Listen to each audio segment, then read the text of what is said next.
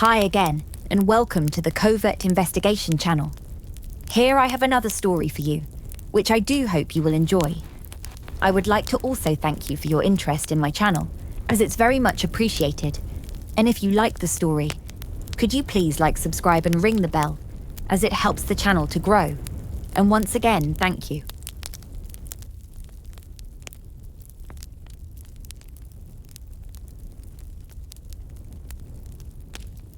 What happened to Helen Brach? In 1950, Frank Brach was divorced after 17 years of marriage and decided to start over with a red-headed girl he had picked up at a country club in Miami Beach. During the divorce, there was a scandal. When Frank Brach divorced his first wife 20 years before, she stood up in court and claimed he liked to beat her up. He knew the second wife would do the same thing, and she did. He must have guessed rightly that nobody would stop buying the candy his company made just because he knocked his wives around a little.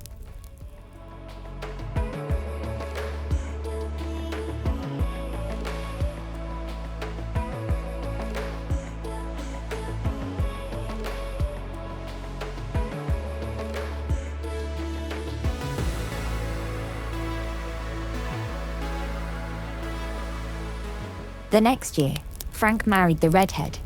He was 61 and she was 39. It was not hard to see why he had paid the price.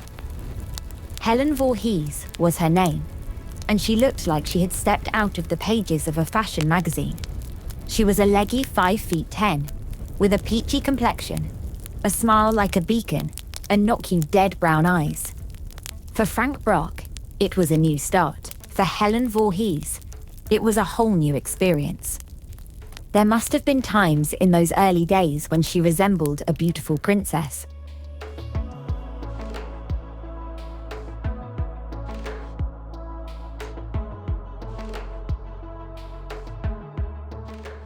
Despite her good looks, there wasn't much excitement in her life. At the age of 39, she was living from one paycheck to the next.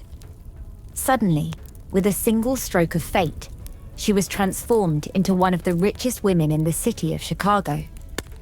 This transformation is the second most remarkable thing about the story of Helen Voorhees Brach. The first is her unexplained disappearance from the face of the earth 26 years later. While changing women, Frank Brach made another change that could not have seemed so significant at the time.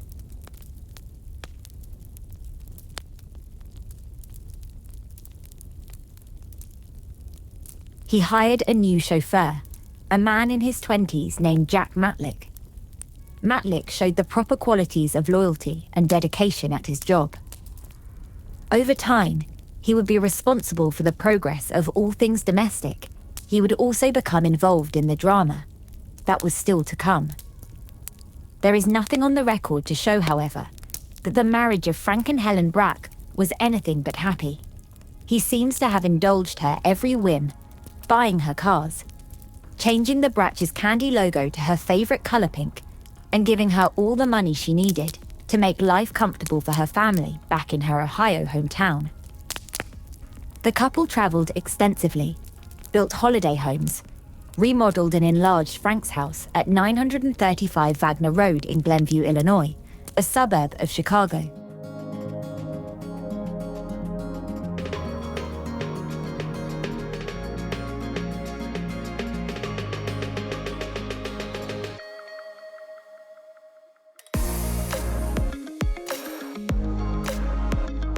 Chicago was Frank's town. He was born, raised, and made his millions there. Frank was lucky to be the son of a German immigrant named Emil Brach, who did very well in the candy industry. Through his tinkering with machinery and his innovative recipes, Emil revolutionized the mass production of various forms of candies. He opened in 1905 the Chicago Candy Store, along with the Palace of Sweets, which grew into a candy kingdom called E.J. Brach and Sons. Frank Brach was the son in charge of marketing and sales, and as much an innovator in his own way as Emil. When he died in January 1970, at the age of 80, He left his wife the bulk of his estate. Being Frank Brach's widow made Helen worth roughly $21 million at the time. The money was held in a trust, and the trust was watched over by Frank Brach's longtime accountant, a man named Everett Moore. Helen had access to the principal any time she wanted it, but showed no particular interest in spending large amounts of money. Maybe it was her upbringing. The Voorhees were a hard-working people who descended from one of the earliest settlers of the Appalachian Hills of southeast Ohio.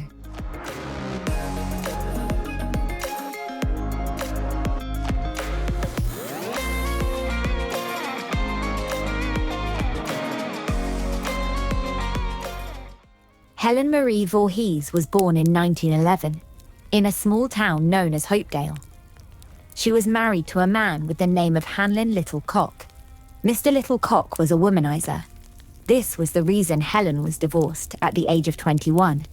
She ended up working as a ticket seller on a trolley line. She would later hold a job as a bookkeeper, and then sell tickets for a dancing club outside Columbus.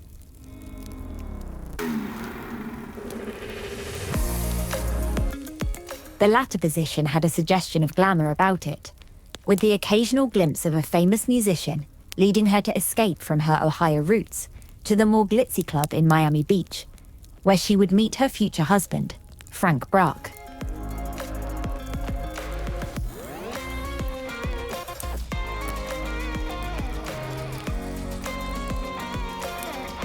Miami Beach, where she would strike it rich on the arm of Frank Brach.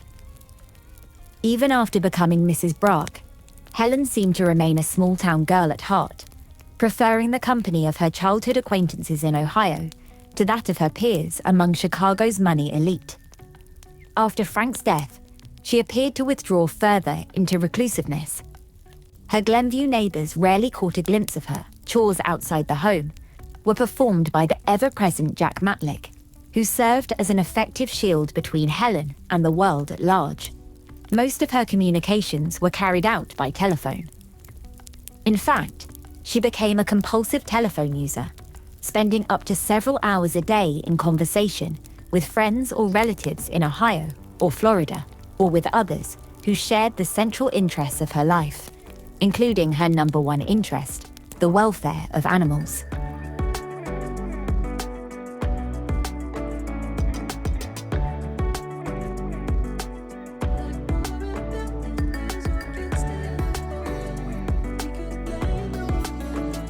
When Helen Brach gave money to a cause, she was much more likely to give it to help animals than people. Her two favorite dogs, Sugar and Candy, were buried beside her husband in the $500,000 memorial complex she had built in a Unionport, Ohio graveyard. Her own crypt awaited her there, molded in the form of a gigantic box of chocolates, topped with roses carved in marble. At the time of her disappearance, 3 ragged mutts named Luvi, Timberbell, and Beauty were sharing her home and dining on choice cuts. Her favorite charity was the Animal Protective Institute, a California-based outfit whose founder, Belton Morris, had helped Helen expose a crooked dog pound in Ohio. The API reportedly received up to $100,000 a year from widow Brach. Interest number 2 was spiritualism. Helen made daily calls for consultation with a psychic and card reader in Florida. The final call was received on February 16, 1977, the day before the last confirmed sighting of Helen Brach on Earth.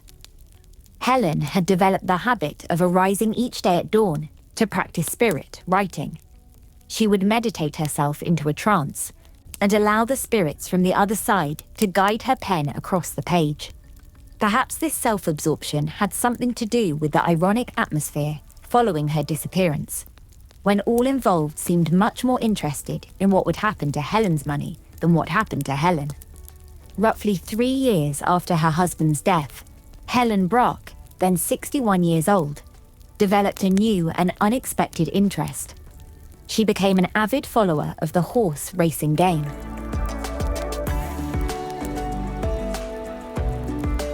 She had begun dating a man named Richard Bailey, who bought and sold racehorses and operated an upscale riding stables in the Chicago suburb of Morton Grove. Bailey was 17 years younger than Helen Brach. He was a small-framed but handsome man with a reputation as something of a playboy.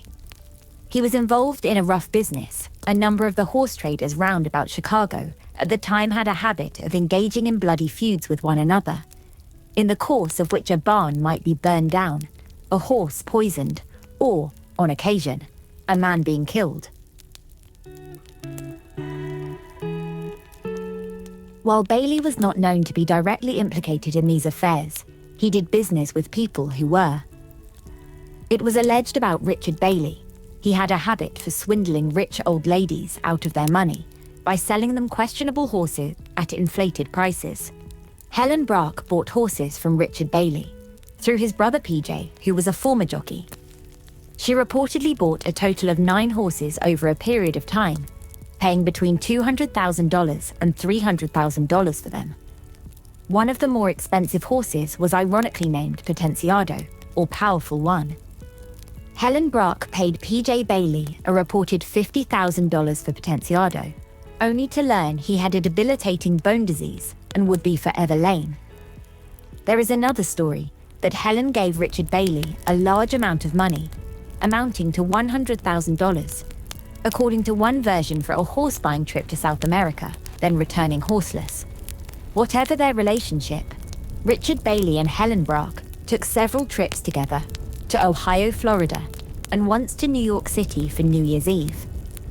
Bailey is said to have proposed marriage on more than one occasion, but was turned down.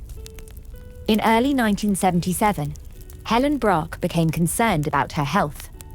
She had noticed a swelling in her ankles. She considered the premier healthcare facility within easy striking distance, known as the Mayo Clinic in Rochester, Minnesota. Helen Brach could certainly afford the Mayo.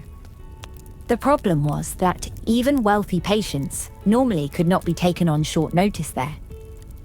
Richard Bailey had a connection at the Mayo, and he solved the problem, just as he reportedly had for another wealthy woman client not long before. Helen Brach checked into the Carla Hotel just across from the clinic. Her medical examinations were completed on February 16th, and she was to learn the results the next day, Thursday, February 17th. She arose that morning to good news. The clinic had given her a clean bill of health. She was advised to exercise more and to lose a little weight. Otherwise, she was a healthy 65-year-old woman. On the way back from the clinic, Helen Brach stopped in a shop called the Buckskin. There, she purchased some cosmetics and a set of bath towels for a total of $41, paying with her American Express card. The sales lady in the Buckskin shop may have been the last person to see Helen Brach alive. She described a tall, still attractive woman with tinted red hair, wearing a full-length fur coat. Helen Brach remarked to the sales lady that she was in a bit of a hurry because her houseman Jack Matlick was waiting for her. Helen had a reservation on Northwest Airlines Flight 352, due into Chicago's O'Hare Airport at 3 o'clock that afternoon. Her ticket for the flight was used, but none of the flight crew remembered a woman of her description on the plane. Because of her height, her stature and her clothes, Helen Brach was too striking to be easily overlooked. On the other hand, the flight crew was not interviewed until several weeks later, leading to multiple passengers occupying their seats in the meantime. From there, the story of Helen Brach is picked up by the houseman, Jack Matlick. He is the only source of her actions over the next couple of days. Suffice it to say that if Matlick's account were presented as fiction, it would be rejected as beyond belief. Matlick claims he met Helen's Northwest Airlines flight at O'Hare Airport, then drove her to her house in Glenview. She was crabby because the ride was not in her lavender Rolls, or one of her 3 candy-toned Cadillacs or her pink Continental. Jack explained that he hadn't time to change cars. Normally, Matlick stayed overnight at the Glenview house only when Mrs. Brach was out of town. When she was at home, he spent evenings with his wife and family at a house on a farm in Schaumburg, Illinois, owned by Helen Brach, and provided as a perk of his job. However, that weekend, Jack Matlick says he spent every night in Glenview, explaining that he had some extra work to do. Wherever Helen Brach was, the telephone was constantly in use. But between Thursday night and Monday morning, when Jack Matlick claims Helen left for Florida, none of the people she called regularly reported hearing from her. It appears that Helen never made a single call. There were the usual number of incoming calls, but only Jack would answer them. They were told Helen was unavailable with some explanation. The only caller who reported talking to Helen was an elderly part-time maid, who, as it turned out upon investigation, was often confused. On Sunday night, according to Matlick, Helen Brach went out with a man and returned to the house around midnight. Matlick reportedly told some people the man was Richard Bailey, who was in Florida at the time, and told others he had never seen the man before. If this unknown man exists, he has never come forward, despite all the publicity the case has generated, to admit he had a date with Helen. Early on Monday morning, Jack said he drove his employer across the frostbitten city and let her off at O'Hare Airport. He says she was off to Florida to close a deal on a condo she was buying. He last saw her at the airport terminal at 6:50 a.m. No planes were scheduled to depart for Florida for more than 2 hours. Helen Brach despised waiting, and according to her friends, never flew in the morning because of the early hours involved. Matlick said she carried only a small overnight bag. She normally travelled with all the baggage the airline would allow. There was no ticket purchased in Helen Brach's name, and no flight crew member or ticket agent remembered seeing anyone of her description. No one in Florida had been alerted to expect her arrival, despite the fact that she would usually call her friends to tell them she was coming and ask that they meet her at the airport.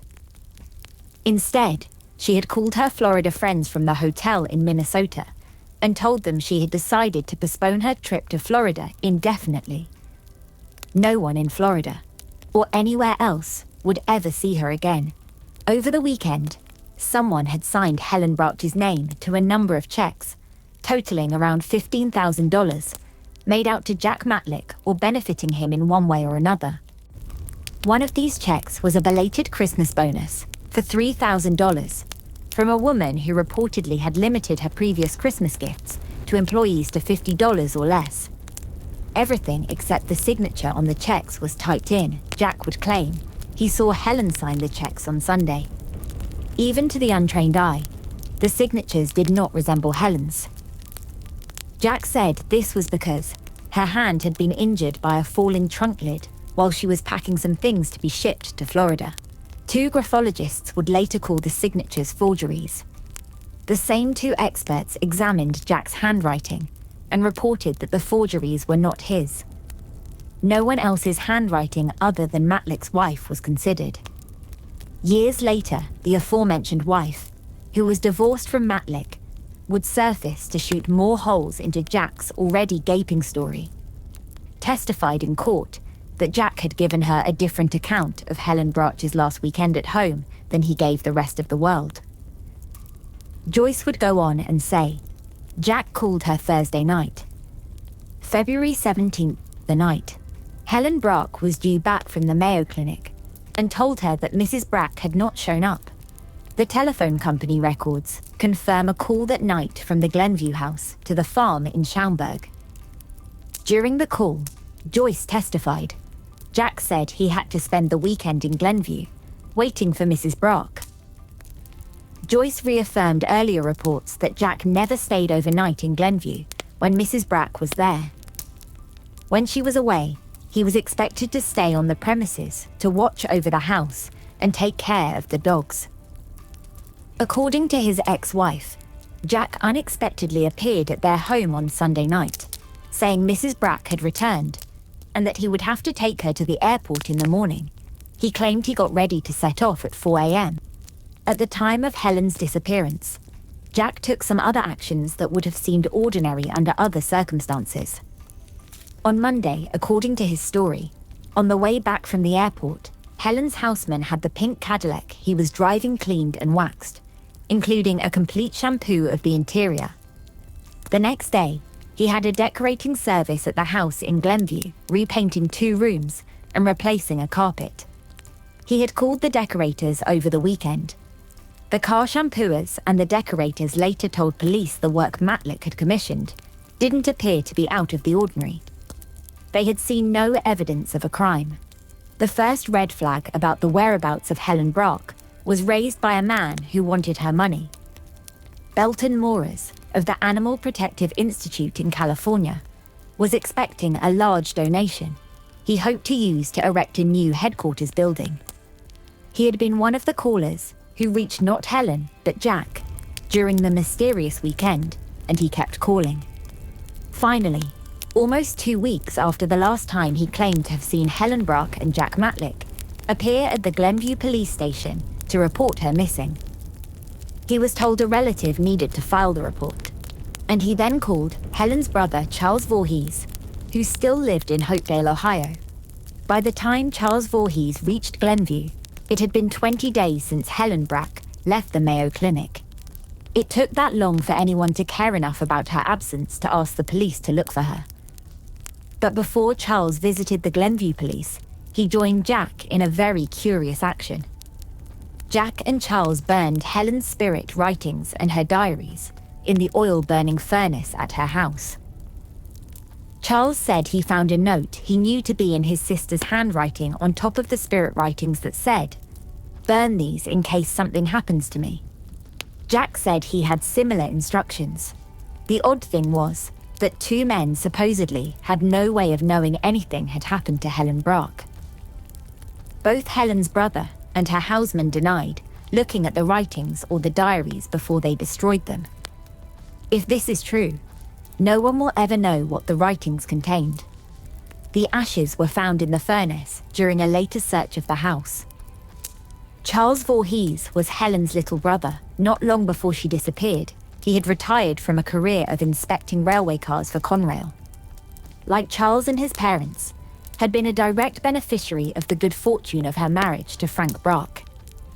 In the mid-1950s, Helen and Frank had installed Charles and his family in a luxurious ranch-style home in Hopedale, complete with the town's only outdoor swimming pool. Besides this, as Charles would later tell a court in an attempt to get some of his sister's money released to him, Helen had bought him 10 cars, paid for medical expenses and vacations, including sending his children to college. Charles believed if his sister was still around, she would have still been giving him money. He wanted her trust to do this in her stead. There were other people, like Belton Moores, who felt the same way. These requests were an example of the numerous problems that arose to prove how difficult it is to disappear when someone has a lot of money. Under Illinois law, Helen Brach could not be declared legally dead for 7 years.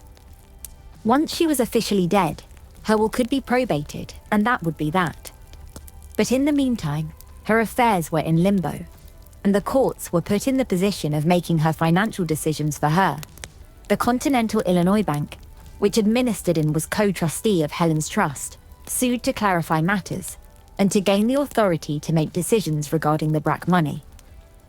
The accountant Everett Moore, who used to managing Mrs. Brach's funds, had other ideas. In the course of this legal wrangle, the court appointed a lawyer named John Cadwallader Menck, a former president of the Chicago Bar Association, to represent the interests of the missing Helen Brach, and another lawyer named Arthur Goroff to represent other interested parties. The 2 lawyers became investigators, working to solve the mystery. More would be learned about the Helen Brach case in the course of these unofficial investigations than in any official inquiry. One grand jury did consider the case, but no criminal charges were ever filed, and no criminal court proceedings were ever held. Both Menck and Goroff expressed frustration over this puzzling lack of interest by the responsible authorities.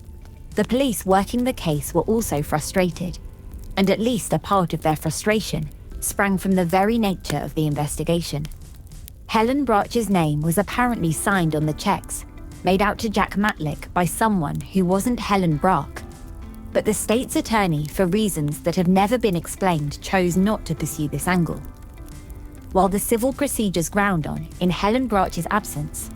She was earning an income that exceeded $1 million a year, and this money was being spent. Households were being maintained in 3 states. Racehorses were being boarded and exercised even though they never raced, and Louie, Tinkerbell, and Beauty were being cared for. Jack Matlick stayed on in his job for a year after his boss disappeared. He was eventually fired by Everett Moore. Belton Moores got his contributions, though these were interrupted when the IRS reportedly charged that the Animal Protective Institute was a fraud set up to separate rich widows and other animal lovers from their cash. Most of the money Helen Brach had given API, which the IRS investigators claimed had gone to administrative expenses and big salaries for executives like Belton Moores. When IRS tax-exempt status was restored to API after a lengthy court battle, Belton Moores went back on the list of recipients of money from the absent Helen Brach. Charles Voorhees was granted an annual payment. Over the years, the court authorized 3 rewards for information leading to the discovery of Helen Brach. The first was for $100,000. Then it was raised to $200,000, later to $250,000, but no reward has ever been collected. A year after the disappearance, the court became interested in whether Helen Brach had made a will. Jack Matlick claimed he had given a copy of her will to the Glenview police, but the police said he hadn't. The attorney for Everett Moore claimed to have a copy of the will, but refused to produce it because of attorney-client privilege. A judge then ordered a search of Helen Brach's house. The search commenced on April Fool's Day of 1978. The will was found in a kitchen cabinet. In a storage room upstairs, the search party located what appeared to be a suitcase, which Helen Brach had used on her trip from Rochester to Chicago just before she disappeared. Both these finds were very suspicious because police investigators had been through the house before and found no will or significant suitcase. There was nothing to indicate the will was not genuine. It was dated October 15th, 1974. It said that almost all of Helen Brach's money was going to the dogs. The Helen Brach Foundation, which favored giving to animal causes, got almost everything. Charles Voorhees and Everett Moore were directors of the foundation. Charles Voorhees got a $500,000 trust. Jack Matlick got a 10-year $50,000 annuity policy that would pay him $5,000 a year. The contents of the will were not surprising. In fact, the most baffling thing about the will was what it did not reveal. It did not reveal anyone with a particularly strong motive for killing Helen Brach. All the people who benefited from the will stood to make just as much or more money by keeping Helen Brach alive than killing her. The mystery continues to what happened to Helen Brach, and for what reason. Many theories have been proposed. The most gruesome is the meat grinder theory. The story goes that Jack Matlick bought a 9-pound meat grinder from Marshall Fields sometime during the mysterious weekend. Could this have led to Helen Brach being served up as the main meal to her own precious dogs, whilst the mystery deepens? A more comprehensive theory has been proposed by John Cadwallader Menck, the lawyer who was appointed to protect Helen's interests and took up the investigation. Menck told a newspaper interviewer that he believed Helen Brach was killed within a few hours of leaving the Mayo Clinic. He thinks she was picked up in Minnesota by someone she trusted and never made it to the Northwest Airlines flight. Menck liked the racehorse theory. Helen Brach had reportedly bought at least 9 horses. As Menck has said, she was really hooked on these horses. She didn't know anything about them. She never really did anything with the millions Brach had left her. Then, out of the blue, she suddenly gets into racing. It was out of character for her. It was claimed that Mrs. Brach was ready to talk about being ripped off in her investments. Being a multimillionaire, she had the resources to create a lot of problems for criminal horse traders. Apart from Helen Brach's expensive flirtation with the racing game, there is no direct evidence to support the racehorse theory, but there are some intriguing suggestions. Helen Brach's friend Richard Bailey, occasionally did business with some of the toughest players on the racing scene. One of these was a millionaire horse trader named Silas Jayne. Silas was not a nice man. He was given a 6 to 20-year sentence for the hired killing of his own younger brother in 1970. The year before, Silas had killed another man, purportedly one of his brother's bodyguards. Silas and his gang were associated in the minds of those who followed their activities with horse doping, horse poisoning, barn burning, and other criminal activities. 3 of the horses Helen Brach had bought reportedly disappeared around the same time as she did. Richard Bailey was finally questioned about his involvement with Helen Brach in a court deposition taken in 1979. In response to 63 questions from John Cadwallader Menck, he took the Fifth Amendment 63 times. He even declined to incriminate himself in regard to such pressing issues as his current address and whether or not he was married. This response, or lack of it, did little to remove the cloud of suspicion surrounding Mr. Bailey.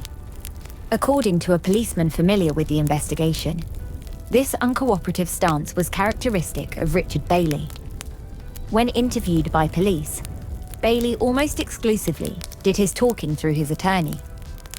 Jack Matlick, on the other hand, would talk to the Glenview police at length, but would reveal nothing. In 1988, leads suggested the horse connection was still being pursued. By this time, the police had reportedly heard a story that at least one of Helen Brach's horses had come from a stable in which Silas Jayne had an interest, and that she had been threatening to go to the authorities about the questionable horseflesh her money had bought. An inmate in the Mississippi State Prison at Parchman appeared to be ready to supply the next chapter to this story. Maurice Ferguson, then 36, had been a cellmate of Silas Jayne's at the Vienna Correctional Center in Illinois. In 1979, according to Ferguson's story, Jayne offered him $10,000 to move Helen Brach's body from a horse stable in Morton Grove, Illinois, to another spot. Ferguson was then due to be paroled. He was free for only a month before being jailed again in Mississippi.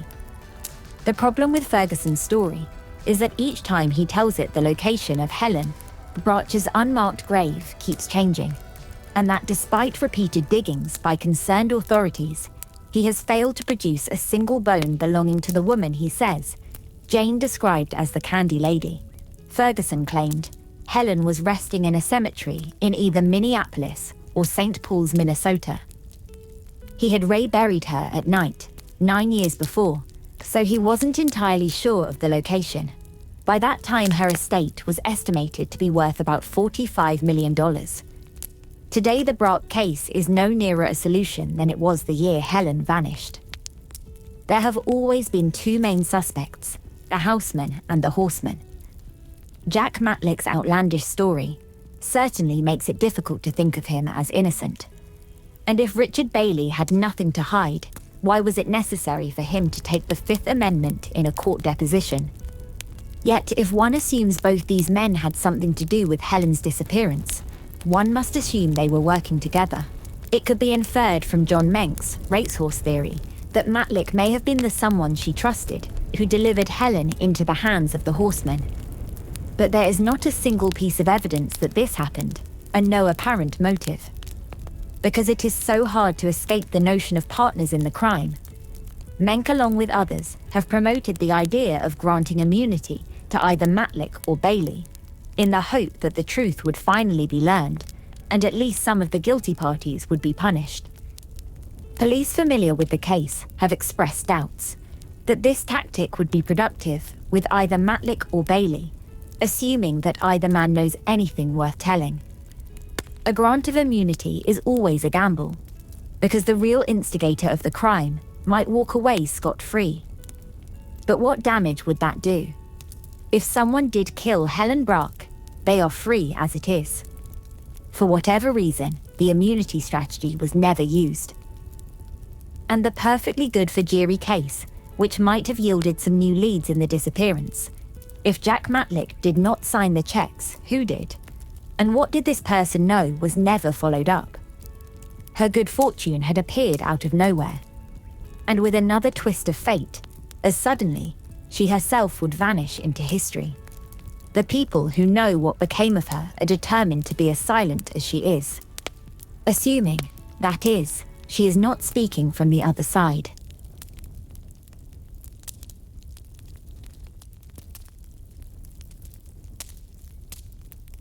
Hi again.